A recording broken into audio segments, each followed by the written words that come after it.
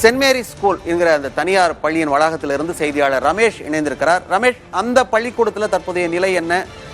எந்த மாதிரியான ஆய்வு அங்கே மேற்கொள்ளப்படுகிறது? அந்த பள்ளிக்கூடத்தில் இருக்கிற எல்லா பிள்ளைகளும் அங்கிருந்து வெளியேறி விட்டார்கள் அப்படின்றத உறுதி செஞ்சிருக்காங்களா?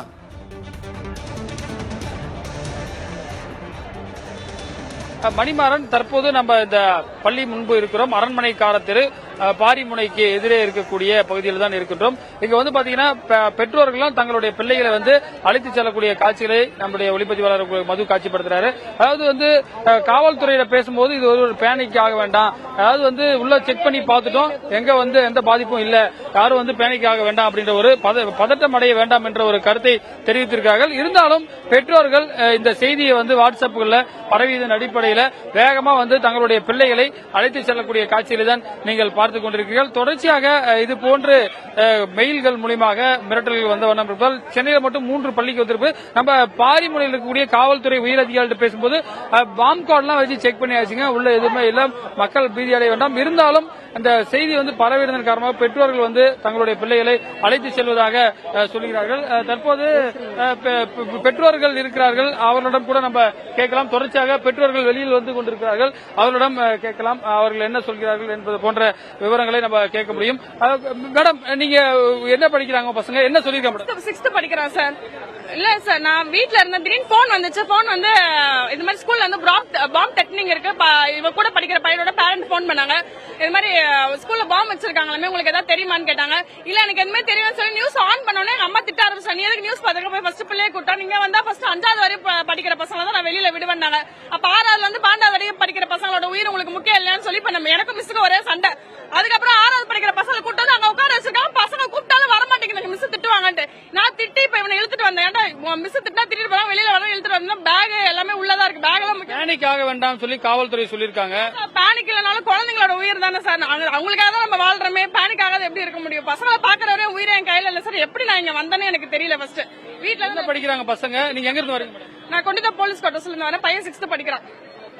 பார்க்கலாம். தொடர்ச்சியாக எங்க பேரண்ட்ஸ் வந்து தங்களுடைய பிள்ளைகளை வந்து ஒரு பதட்டமான சூழ்நிலையில கூட்டு போறாங்க. நம்ம நேரடியாக பேரண்ட்ஸ் என்ன சொல்றாங்க அப்படின்றதையும் நம்ம கேட்டோம். தொடர்ச்சியாக வரக்கூடிய பேரண்ட்ஸ் கிட்ட நம்ம பேசலாம்.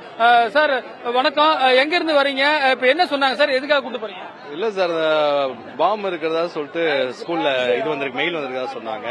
நான் லஞ்ச் கொடுக்க தான் வந்தேன். வந்ததுக்கு அப்புறம் தான் தெரியுது ஃபுல்லா போலீஸ் எல்லாம் ஃபுல்லா போட்டிருக்கனால அப்புறம் விசாரிச்சு பார்த்தனா இந்த மாதிரி பாம் த்ரெட் இருக்கிறதா சொல்லி ஒரு பசங்களை அந்த கிளாஸ் மட்டும் கூட்டு போக சொல்லிட்டாங்க. பேரண்ட்ஸ் வந்தா. என்ன படிக்கிறா, எங்க இருந்து நீங்க வரீங்க? நாங்க வந்து இங்க பக்கத்துல 7 Wells தான். என் பையன் 9th ஒருத்தன் 6th ஒருத்தன் படிக்கிறாங்க. போலீஸ் வந்து என்ன சொல்றாங்க, உள்ள செக் பண்ணிட்டோம், ஒன்னும் இல்ல, பேனிக் ஆக வேண்டாம்னு சொல்றாங்க. இருந்தாலும் நீங்க ஏன் கூட்டு போறீங்க? இல்ல, இந்த மாதிரி சூழ்நிலையில ஒன்னும் தெரியல, என்ன ஏதுன்னு தெரியல, அதனால சரி கூட்டு போயிடலாம்னு சொல்லிட்டு தான். ஏன்னா பசங்களை ஸ்கூல்ல அனுப்பிச்சிட்டு நாங்க நிம்மதியா இருக்க முடியாது. என்ன நடந்துச்சுப்பா சொல்லுங்க. தெரியல, எல்லாரையும் உடனே திடீர்னு வெளில வர சொல்லி கூப்பிட்டாங்க. அப்புறம் மிஸ்டேக் கேட்டா இந்த மாதிரி ஒரு த்ரெட்டனிங் போன் கால் வந்திருக்குன்னு சொல்லியிருந்தாங்க. தொடர்ச்சியாக பேரண்ட்ஸ் வந்து தங்களுடைய பிள்ளைகளை அழைத்து செல்கிறார்கள். குறிப்பாக இது போன்ற வந்து சில பேர் வந்து விசமிகள் வந்து செய்யக்கூடிய ஒரு சின்ன ஒரு தவறான செயலால எவ்வளவு பேர் பாதிக்கப்படுகிறார்கள் என்பதை நீங்க பார்க்க முடியும்.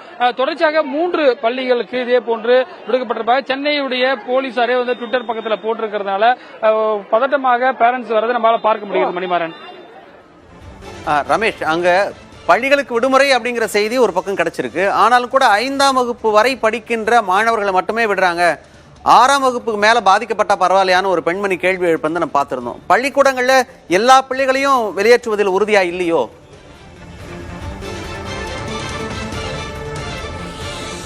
நிச்சயமாக, அதாவது நம்ம காவல்துறை வந்து ஒரு மெசேஜை கன்வே பண்ணிட்டாங்க, உள்ள எதுவும் இல்லைன்னு சொல்லிட்டாங்க.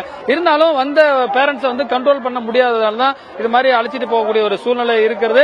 தொடர்ச்சியாக நீங்க சொன்னது, அது இங்க வந்து போலீஸ் குவார்டர்ஸ், அவங்க வந்து பாத்தீங்கன்னா ஒரு காவல்துறையினுடைய வேலை செய்யக்கூடிய அவங்க தான் வந்திருந்தாங்க. அந்த அடிப்படையில சில பேருக்கு வந்து ஒரு குழந்தைங்கன்றதுனால ரொம்ப ஒரு சென்சிட்டிவான விஷயம்ன்றதுனால இது மாதிரி ஒரு சூழ்நிலை ஏற்பட்டு விடுகிறது. காவல்துறையும் இங்க வந்து போலீஸ் பாதுகாப்பு இந்த பள்ளிக்கு போட்டிருக்கிறார்கள். குறிப்பாக உள்ள மீடியாவுக்கு கூட அலோ பண்ணல நம்ம பார்க்க முடியும். இன்னொரு பேரண்ட்ஸ் கூட இருக்காங்க. சார், உங்க பசங்க என்ன படிக்கிறாங்க, என்ன சொன்னாங்க சார் பள்ளி நிர்வாகம் சார்பாக? இல்ல சார், நான் லஞ்ச் கொடுக்க வந்திருந்தேன் சார் உள்ள. அப்ப உள்ள வெயிட் பண்ணிட்டு இருந்தேன், போலீஸ் வெஹிக்கிள் நிறைய இருந்தது. ஸோ அது போல கேட்கும் போது ஒன்றும் சரியா தகவல் கொடுக்கல. அப்புறமா கொஞ்சம் நேரம் கழிச்சு ஏதோ பாம்பு ப்ராப்ளம் இருந்த மாதிரி சொன்னாங்க. ஸோ ஸ்டூடெண்ட்ஸ் எல்லாமே கிரவுண்ட்ல தான் சேஃபா வச்சிருந்தாங்க. உள்ள யாருங்க ஸ்கூலுக்குள்ள விடல, கிரவுண்ட்லயே தான் இருந்தாங்க. லஞ்ச் கூட கிரவுண்ட்ல தான் கொடுத்துட்டு இருந்தாங்க. நான் இன்னும் 1 hour வெயிட் பண்ணேன்.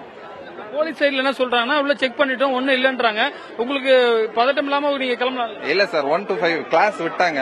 சரி பசங்களை விட்டா கூட்டு போயிடலாங்கிறக்கா தான் 1 to 5 விட்டாங்க. சரி நம்ம பசங்க 10th படிக்கிறான், சோ 10th விட்டாங்கன்னா கூட்டு போயிடலான்றதான் வெயிட் பண்றேன் சார். தொடர்ச்சியாக பார்க்கலாம். நம்மளுடைய ஒளிப்பதிவாளர் மது உங்களுக்கு இங்க ஒரு இக்கட்டான ஒரு சூழல் இருப்பது, வாக்குவாதம், குறிப்பாக பள்ளி நிர்வாகத்திடம் சிலர் வாக்குவாதம் ஏற்படுறாங்க. குறிப்பாக பெண்கள் வந்து பதட்டம் அடைந்து விடுகிறார்கள்.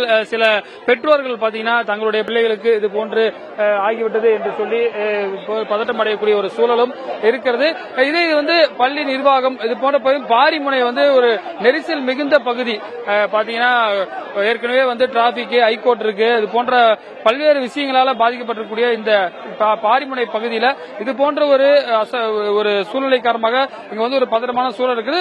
நிச்சயமாக காவல்துறை வந்து பதட்டம் அடைய வேண்டாம் என்ற ஒரு வேண்டுகோளை வைத்திருக்கிறார்கள். இந்த செய்தியை பார்த்து விட்டாவது பேரண்ட்ஸ் வந்து நிச்சயமாக எந்தவித பதட்டமும் இல்லாமல் தங்கள் குழந்தைகள் வந்து சேஃபா இருக்கிறாங்கன்றதை உணர்ந்து செயல்படலாம். தற்போது காவல்துறை அதிகாரிகள் வந்து இங்க வந்து பாதுகாப்பு பணியில ஈடுபடுறதையும் நம்மளால பார்க்க முடிகிறது.